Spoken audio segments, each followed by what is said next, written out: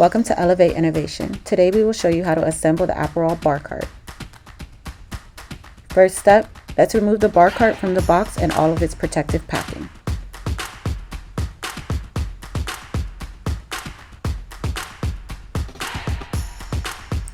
Please note the tools for assembly are located in the bar top.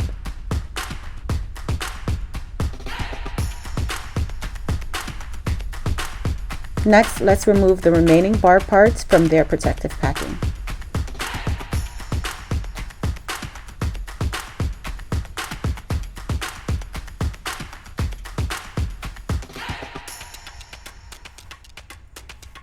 Now we'll slide the rails into their designated spaces in the bar canopy.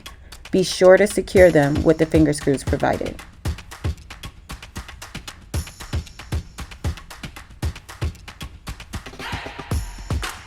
Install the canopy by placing the rails in their designated spots.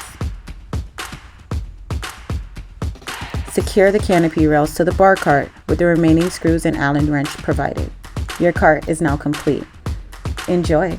This has been an Elevate Innovations production. Thank you for watching and be sure to subscribe.